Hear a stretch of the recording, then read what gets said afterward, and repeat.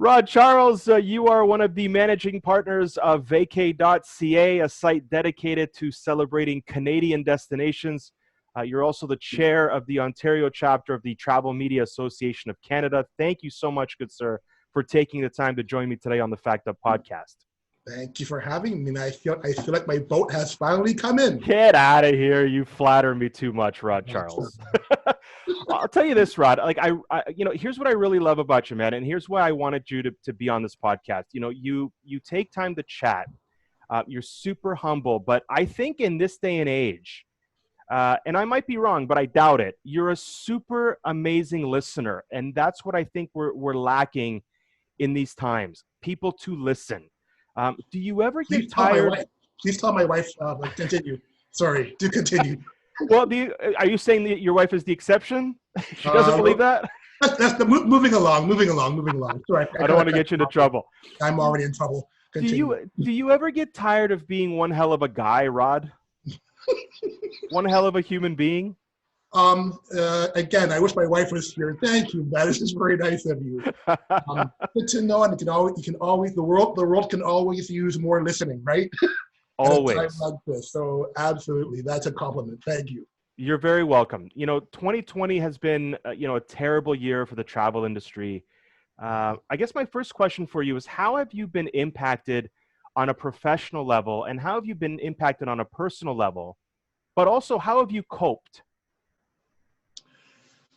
I've coped just fine, and that's one of the weird things. I gotta really watch how I complain, because I'm not gonna sit here and complain about my life. There are people out there who are really going through some terrible, terrible times. And you watch the news. I've had to curtail my news watching, some more good advice from my wife and my family, because it's just terrible out there. People are losing their jobs. People are dying from COVID. And of course, you have a lot of unrest with racial issues flaring their head with the death of George Floyd. So how am I coping? I'm coping pretty well. That's good. Travel industry has cratered. It's been pretty difficult. There are many people on both ends, as you know, in media and in the industry side, who have been laid off from this and are going through terrible times. The question you asked about me specifically, I've been trying my best to look at it positively, and that does not diminish that people are in hell right now. But the fact is, I can't travel where I want to. I can't do what I want to do as far as certain things, but being home isn't the worst thing in the world. I think that if you're in a position to just step back and say, all right, where are my blessings right now? What I have going for me, and what I have going for me is a nice house to live in and a pretty decent family, and it hasn't been bad to be home, to meditate a bit and work on my craft a bit and refocus on what I want to do and where my career is going to go. And a lot of question marks in the world, in my life, I'm sure in yours too. It's been a bit uneven, to say the least. Yeah. So. Right. Yeah. How has Vacay.ca, your site coped with what's been happening since March 2020 until the foreseeable future? How's it coped? Well, it's coped fine. It's just you had to adapt. You have to adapt to things. We have writers from across the country who write for us, and they write different things, and it's been kind of interesting because we have writers who cover 5-star hotels, and then we have some writers who consider going out into the woods with a toothpick and one sock and no toothbrush as a 5-star hotel. Well, different people have different when they look at travel. Right. But they've all been impacted by this. They've all been impacted. And I guess to answer your question, I found that we simply couldn't run. You can't really run happy stories about hotels during a time like this, right? For a while it was COVID, and we just felt it was not the right thing to be writing stories that were too, you'll love this restaurant. Right. Okay. Well, on the other hand, right when we thought things were kind of cooling down a bit and getting a little bit more stable, Then you had George Floyd get murdered, Right. and all over the world, people, which was great to see that expression from people of all backgrounds. It was amazing to see that, and it's still continuing. But again, you really can't run. You'll love this hotel stories Right. when people are, and that wasn't the time for that conversation. The time for that conversation would be later on. Right now, people are asking, where do I want to travel? Who do I want my travel dollars to invest in certain places that are not being, what are the issues affecting travel? Are we protecting the people who are stewardesses, for example? Are we protecting them? So those are kind of questions. So Vacay's content has switched a lot to those kind of topics. Right. Yeah. Writing about those kind of topics, race issues, and also COVID, how people are doing, how Canadian restaurants are doing in these difficult times, and trying to just keep a pulse as to how people are doing. In a long-winded answer, but right. No, but to summarize, timely, engaging, and relevant. Right. What was the last trip you took, Rod? And have you been feeling antsy with the lack of travel in 2020? Because I've been feeling super antsy, man. Have you? And, yeah, I've been like, there's only so much you can see of the same old, right? And if you're staying home quite a bit, or if you're just kind of, scattering around, a 200-kilometer radius, and there's nothing wrong with any of that. I've always been a huge fan of the staycation, and there's plenty to see and do. But man, I'd love to hop on a plane right now and just kind of go around the world. That kind of antsy. What was the last trip you took, and are you feeling antsy as well? That's a good kind of answer to have. I mean, you're a travel person, right? That's what you do. You see the world. I haven't felt too bad. I haven't felt too antsy. I've been more. It's kind of hit me harder not to see certain people. Right. As opposed to destinations, right? So relatives, I have relatives in St. Kitts in the Caribbean, Antigua. It would be nice to get down there and see them, how they're doing. I have an uncle in Houston who's had family who've had COVID, unfortunately. So I've been more about seeing friends and people than necessarily. I have not. It does sound very weird for a travel journalist to say, but I have been okay being home. It has not been a bad thing for me at all to just stay at home, reflect, meditate, and also ask the kind of stories I want to write in the future, where I want to go in the future. I do think that, I feel it in my heart. I want to, obviously, I'd write, like 2020, this was the year I was going to go and head back to Europe, Amsterdam, France, Germany. I was going to do that trip. And I'm sorry it won't happen, but it'll happen next year. In the meantime, I live in Pickering, so Pickering's by Paris.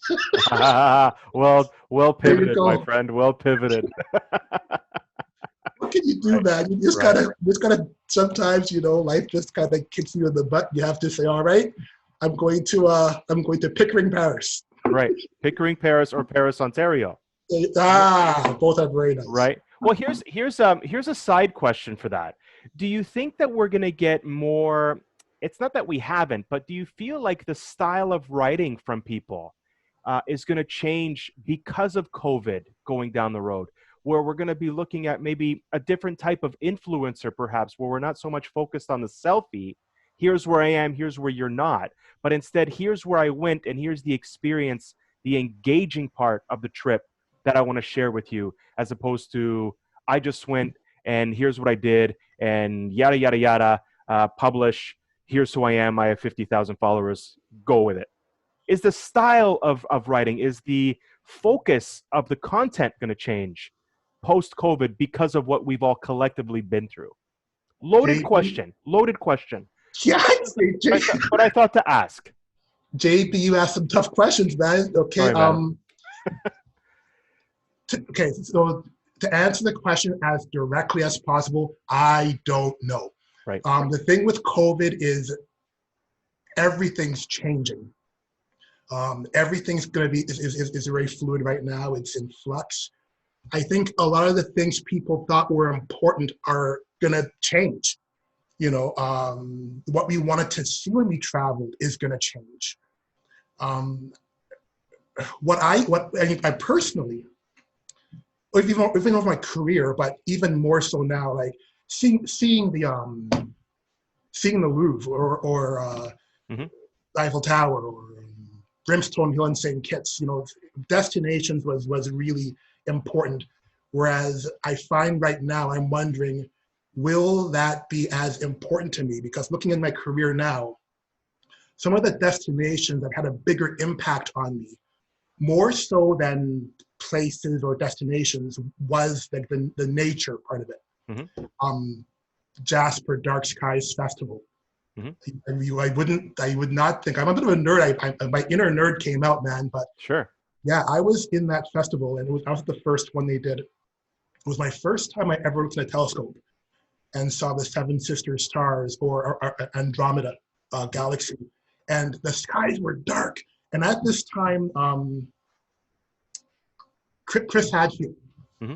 was in the International Space Station, and that man flew over top of us while we were there. So Wow. I know I have changed with the impact COVID has had on the environment, and they're saying that emissions are low, like the biggest drops in since the industrial, like, well, I think so. 200 years. Yeah. Yeah, like really really big drops, and it's amazing the clarity I get photographing nature, talking about just beautiful natural things. I know for me has been a bigger inner push I find going forward than necessarily just covering um, just a hotel or a restaurant. Although those things are also important to me, Sure. but I wonder if people will also have that feeling I have. Because I got to tell you, in my heart, I'm really looking at some of the things that COVID has exposed, and people are kind of awakening to this, I think. An example would be like Venice, Hmm. uh, and also Amsterdam, where people have openly said, we don't want it to go back to the way it was. We don't mind tourism, but we don't want to see 80 trillion people walking through here all the time and just glittering and urinating all over the place and carrying on and just kind of coming and going. We like the quiet. We like seeing our waterway. Uh, do I mean? And Yeah. Yeah. I'm kind of the same way. My inner Amsterdam is saying, I don't know, man. I kind of like this. I like the stars. I like parks, like Parks Canada is really good. I think you might see more tourism, I hope. Some Yeah. of our natural, our parks, our provincial and national parks. And that's, answer a question, but that's kind of where I feel I've changed. And I think the world, at least a big section of it, might change that way too. That's, Yeah, I hope so too. It's the quote unquote little things that are actually the biggest things, and the ones that you tend to overlook because you're always looking down at your phone, or because you need to post something. But you yeah, talking about a dark sky reserve and the canals of Venice and the ports of Dubrovnik and the canals of Amsterdam. I mean, if I lived in any of these places, it'd be a tough balance because you want that tourism, but at the you same want the time, tourism. you hope that these people are coming here to appreciate the surroundings as opposed to maybe taking them for granted and trash the surroundings. And to And, go on and, your and people do. right, and People to do. go on Yeah. your Ontario Parks point, I've seen a lot of posts lately from Ontario Parks on Instagram about people trashing the parks because they're going and they're picnicking or they're going on the beach and then they're leaving all their trash. And it's like, for me, it's like, guys, haven't we learned anything from what we just collectively went through? Have not It's enough people been maddening. personally Yeah. affected, and you don't have that humility? I'm really hoping that the little things, once again, like you said, become the big things, and there's some humility and respect there, right? I hope you're right. Like, because it's not that I don't like, I mean, I enjoy the bloggers and the influencers and such, but I gotta tell you, I know for me, I'm not as interested in here's me in front of the pyramids. I Mhm. mean, take the picture if you want to, but I am, I don't know, I'm just more in awe of the history of the place and of the people who protect it, and the Right. people who, um, I don't know, it's just, I know my perspective was changing a bit even before this whole thing happened. But I find since it's happened and I've had some time just to turn my mind off a bit from all the crapola, and just think. And the tourism industry is beautiful. I love it. But you're right. There is a lot of crapola in it. Not everybody's respectful, which is, and I know you've seen that too in your career. Sometimes you just want to grab people by the lapels and say, "What's wrong with you?" Absolutely. Like, and we're getting to that age, Rod, where I think I have enough courage to do that. It's great being the well, same. yeah, you don't care anymore, man. You got yeah, man, you're getting. But that's old guys in the Muppet Show theater. You don't care anymore, man. Right. It's like, hey, man, what are you doing? But here's the thing: if you're going to take that photo in front of the pyramids, and you're like, I'm in front of the pyramids of Giza, but I don't see the pyramids. What are you posting it for? Why did you just spend $5,000 on a hotel and flight when you could have just photoshopped yourself taking up the entire frame of the photo with this much of the pyramid behind you? So are you there because you're there because you want to be there, or you're there because you're bragging that you're there? That's always been my thing. Are you bragging, or are you okay? Yeah, I see what you're saying. Right. I guess when you travel. I mean, I'm a big believer in when you're traveling somewhere. You're getting out of it what you want to get out of it. Sure. And maybe for that person, they want to be in front of and that's fine. I guess to answer your question though, I think, judging from how I feel, I think a lot more people are going to be a little less inclined to see that, and more inclined. I hope to learn more. A bit more, like I want to learn more about what's in this place. I want to learn more about what I'm eating. I want to learn more about does this hotel is the carpets in this hotel not coming from a place where they're using kids? Is this area I'm investing in? Is it a place where people feel safe? Right.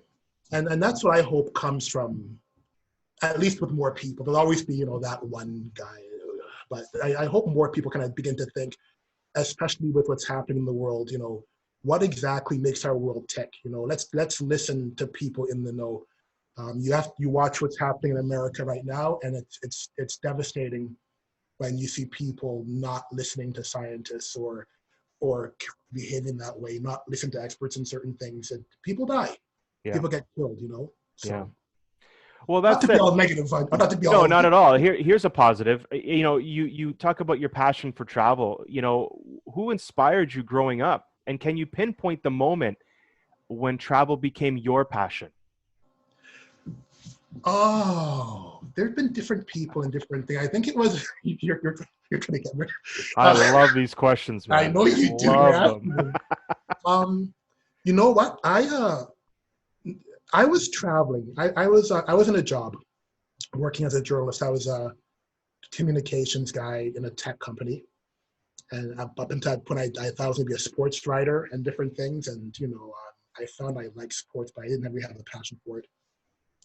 And then I was released from my job. They said, thank you very much. And I was, I was a bit younger then. It was like around 2004. Don't take bad news as well as I do now, how people more maturity. But I was pretty upset. And my friend Brian Elrington, really good guy, he was at the time working in England. And he said to me, well, come out to England, man, come out to see me. And I did. I went with a heavy heart, went out there, and my first time ever in Europe. Mm-hmm. Make a long story short, we were in the UK for a while. Then we hopped on an EasyJet flight. Yeah. To Amsterdam, my first time there, and checked that out, and went to Germany after. Germany after. Yeah. And what was amazing was I went into that trip depressed, like a bit sad, and almost immediately my eyes were just opened. It's like an explosion. Everything I saw was just new. Everything was just new. The UK went to the museums. We caught the flight. We went over to Amsterdam. Amsterdam's where it really happened for me, I think, because I was in Amsterdam and went to the Anne Frank Museum. Mm-hmm. That was that. I don't know if you've been there. I have been there. Isn't that place something? I walked through there, and of course, I'd seen Anne Frank's, diaries and such. It didn't really occur to me I was in the very same place she hid it. And I'm walking in here with my friend, oh my gosh, this museum. But it isn't just like artifacts. It's the actual place where the family hid it. And behind this bookcase is this annex. and you go up these stairs, and all of a sudden, you're in this tiny hidden place. Yeah. With this family hid in fear for their lives, you know? And I'm thinking to myself, dude, you don't have a problem in the world. What are you sitting here all depressed going, look at me, I lost my job. Dude, these people hid for their darn lives. Yeah. You know? And it was serious. And these were the Nazis. And, you know, and here I am traipsing through the canals of Amsterdam, and here's this family. And then after that, I went down to, we left there, I believe we went to Germany. I went to the whole story, but we ended up in the Museum Island. It's this area in Berlin that's all museums. Mm-hmm. I'm gonna try and say it right. Pergamon. Yeah, Pergamon. Yep. Been there That's too. where I was with my friend. Amazing place. Oh boy, I have never seen. I had never heard of just this place of museums, and I said to my friend Brian, as we were walking to that museum, I said, Brian, my brother, I am going to be paid to travel. I'm going to travel the world. I'm going to be paid to travel. I don't know how I'm going to do it, but I'm going to do this. And he said to me, he said, oh man, yeah, you can do it. You can do it. And from that moment, that's my everything just changed. I just began to think, how can I write about travel? And I don't think I ever felt, it was like God himself bought me that plane ticket, man. I got to tell you. And I've just been blown away by what you find when you travel. In Berlin, and this is before the travel writer. This is my first time in Berlin, right? And I went on this walking tour. This guy named Tony, this rickety, bitter, miserable, nasty Brit guy. Right. But he was one of the few guys who could go between East and West Berlin during the Cold War. A diplomat for the UK. This guy knew every part of England. I listened to him talk. We walked around the place. We saw where Hitler hid out. He knew every story. We found this Italian restaurant, a little hole in the wall. The best Italian food I've ever had was in Berlin, not Italy. It was in Berlin. I believe it. So I know I'm kind of talking your ear off, but that was the thing, man. Never talking my ear off. I love those stories. I think people love hearing those stories because it's those. That's why I asked the question, Rod, because it's an answer that you don't expect, and it's an experience that you may not have even considered, and it's often from something like what we're going through now. You know, it's a time where there's a lot of volatility, a lot of unpredictability, a lot of change, a lot of uncertainty. Yeah. And then it's one spark. In your case, it was your friend that kind of takes your life in a totally different direction. So you're not talking my ear off. I love hearing those stories. But I think it's also helped me at this time too, because I do think of the places I've been in my travels where people have suffered. Masada in Israel, you know, Gettysburg, you know, I was just blown away by Gettysburg, and you've been there too, those places, but it's kind of hard to feel.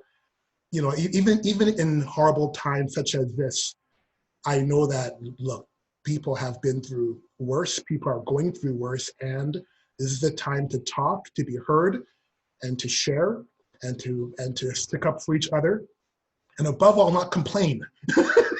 I mean, your site, Vacay.ca, features, you know, engaging stories from across Canada, inspiring people to, you know, go out and explore the people, the places, the food. Do you feel that it had to take a global pandemic to make the staycation for Canadians cool again?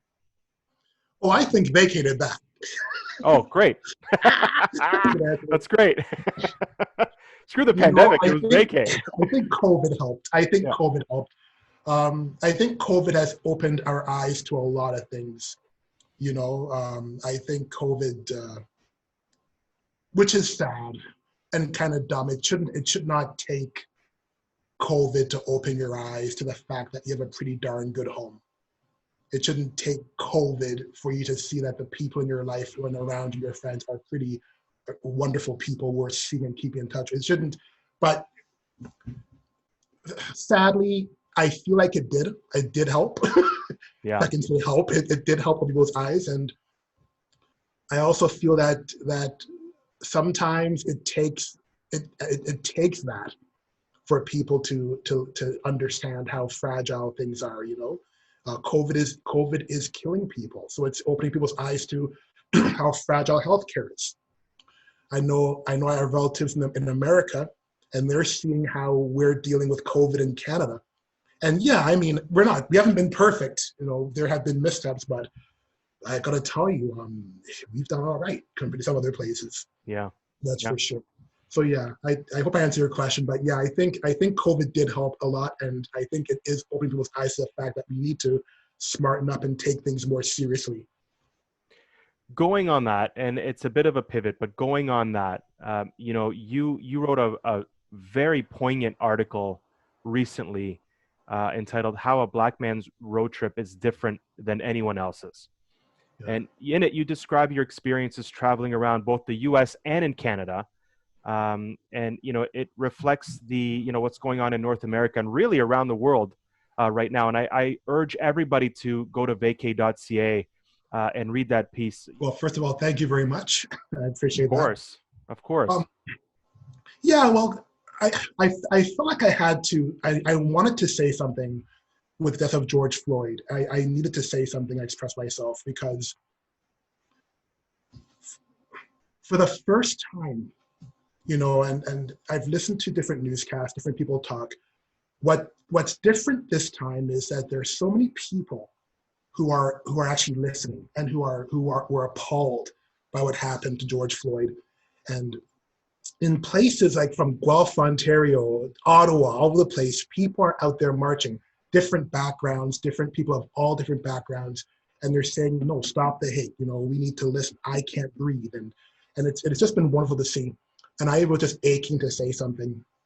And I found that the road trip tied into the road trip today, and I think that many people go through that based on their history of dealing with road trips, and also what's happening in the world, where people are genuinely afraid of what could happen. And I realized that it is in my head. It was in my head. When I go on a road trip, I have driven in Philadelphia, California, different places, Buffalo. But yeah, there's a feeling I have when I cross that border.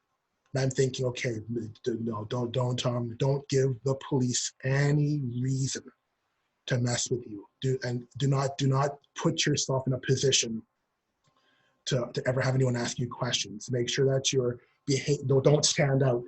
And it occurred to me as I was thinking about these things that a lot of my inner voice was literally my dad's voice. It's him saying, don't drive that kind of car. For goodness sake, do not speed. If people can break the law, they're going to catch you. They're going to catch you. They're going to catch you. And that was what I was trying to get into my article, that even today, I hear my dad's voice talking to me about certain things when it comes to how I conduct myself out in public. And what's amazing with that is my brother Alex is actually a police constable with the Vancouver PD. Okay. And my father, for a short time, was a police officer in the Caribbean. So it's not like police are not good people. There's many great people in police forces all over the world. But when I, as a Black man, travel out, I know in my head I'm going, do not screw around, do not mess around. Again, if 1,000 people can break the law, they're going to see you first. So that's what drove the article. And I just recognized how the voices of people who've gone before me and my father speak to me very clearly whenever I feel I'm out in public. When I'm in a grocery store, when I walk into certain stores, my hands are open, where people will not follow me. When I am driving, when a police does pull me over, sometimes for a legitimate reason, right? But my hands are firmly on that wheel. I'm thinking about that kind of stuff because I know. Look, you just need that one guy.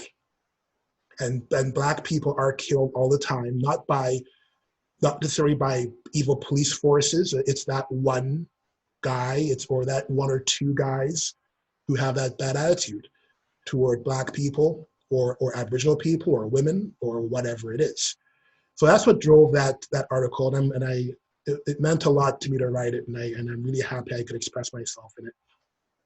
How long did it take you to write it, Rod? And how challenging was it for you to put pen to paper to write it? Was it fairly easy, or did it take a long time? Did you have it inside of you and it was waiting to come out? Or was it a challenge to, for example, my mind sometimes goes much faster than my mouth, right? Welcome to the club. Right. And so how long did it take you to write it? And was it a challenge to write it?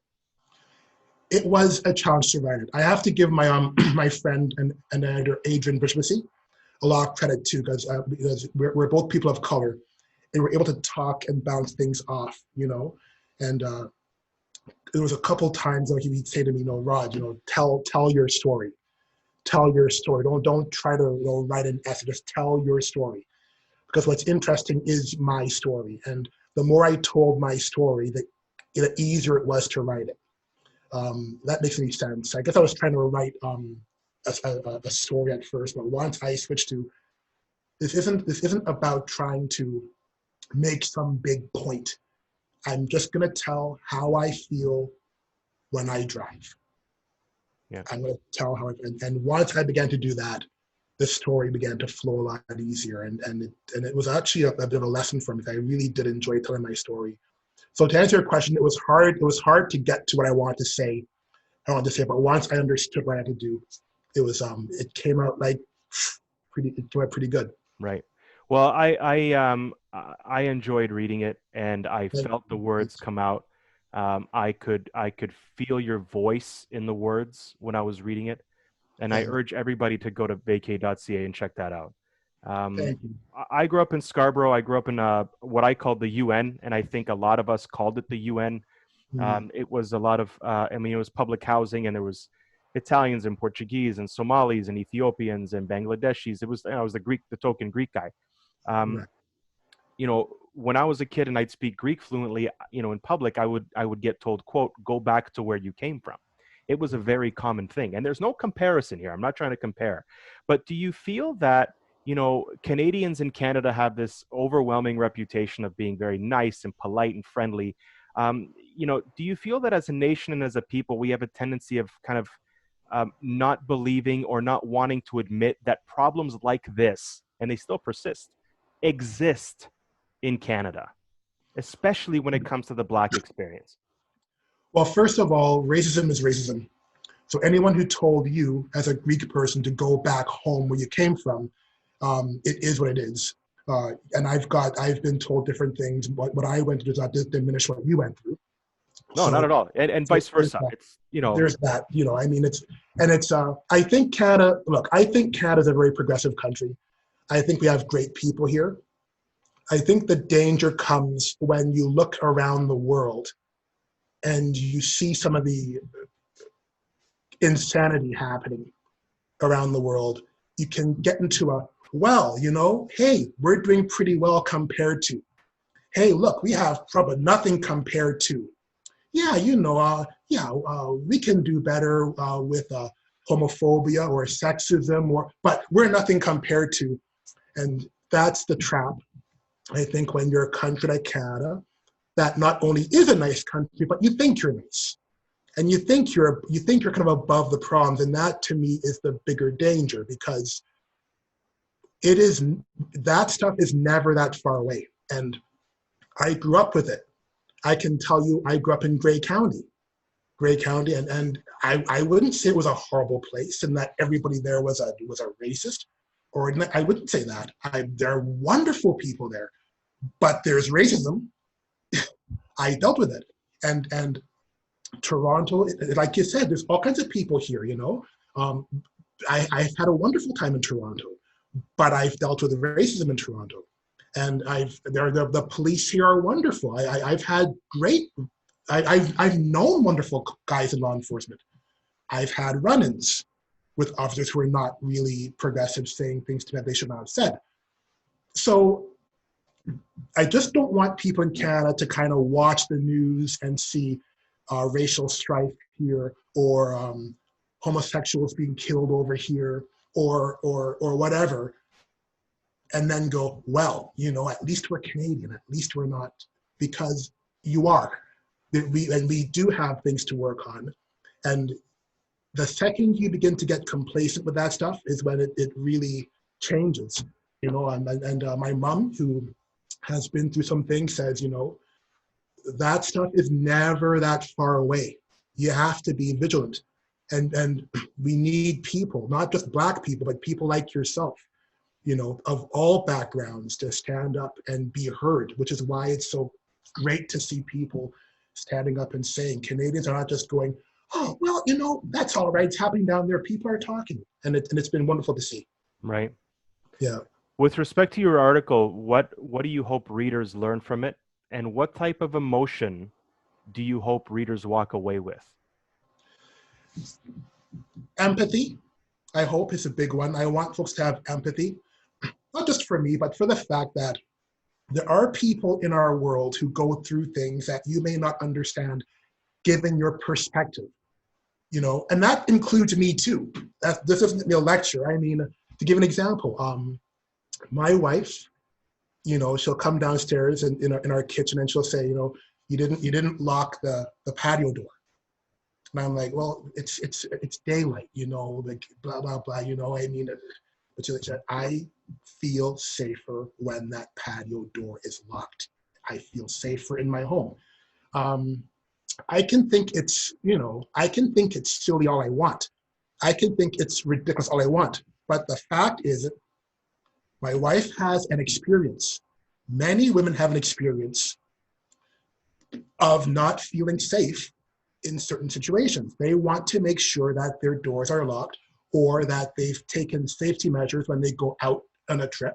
That there's a reason why a woman, for example, I'm not talking for women, by the way, I'm just talking as an observer about, there's a reason why a woman will guard her drink, right? Even around friends, she'll guard her drink. Why? Because they have a different perspective that I don't necessarily feel or see.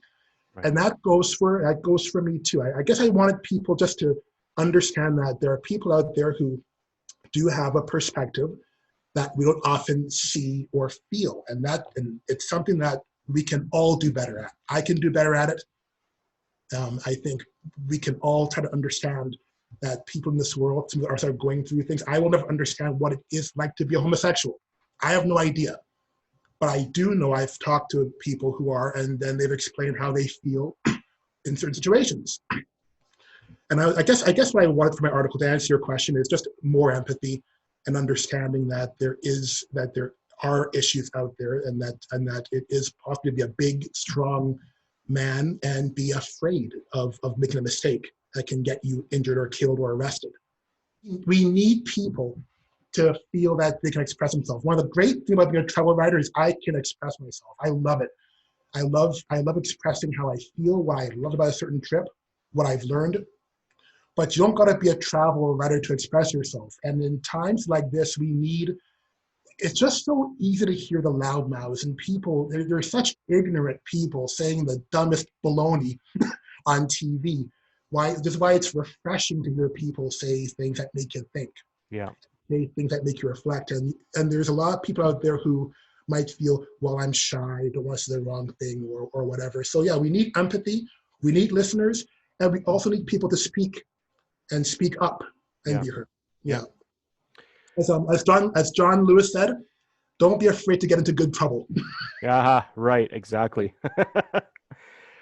Rod Charles, rapid fire, 10 questions. You ready for this? Uh-oh. No.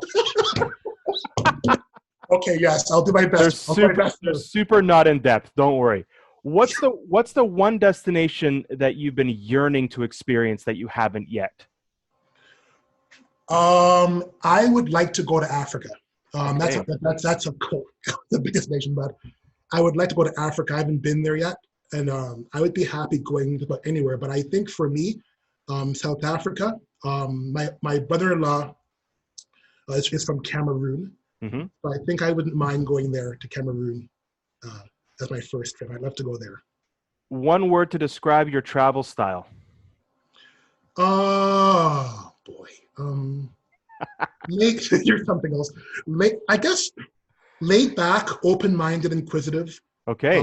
With mixed with a desire to have a good time. They're all hyphenated except for good time. That's great. That's still one word. 3 essentials you take with you on every trip. 3 essentials. 3 essentials. Well, not equipment. Like I got my camera and my stuff. That's essential. Okay, batteries for my camera. Toilet paper. I always have about toilet paper. Really, that's smart. My mom always have that. And a good book. And a good book. Most inspirational trip that you've taken. Most inspirational trip. I'd have to say Israel. I'm a Christian, so it was really good to go to Jerusalem and see the old city, to kind of walk where Jesus walked. I really enjoyed that, and I enjoyed going to Bethlehem, Mm-hmm.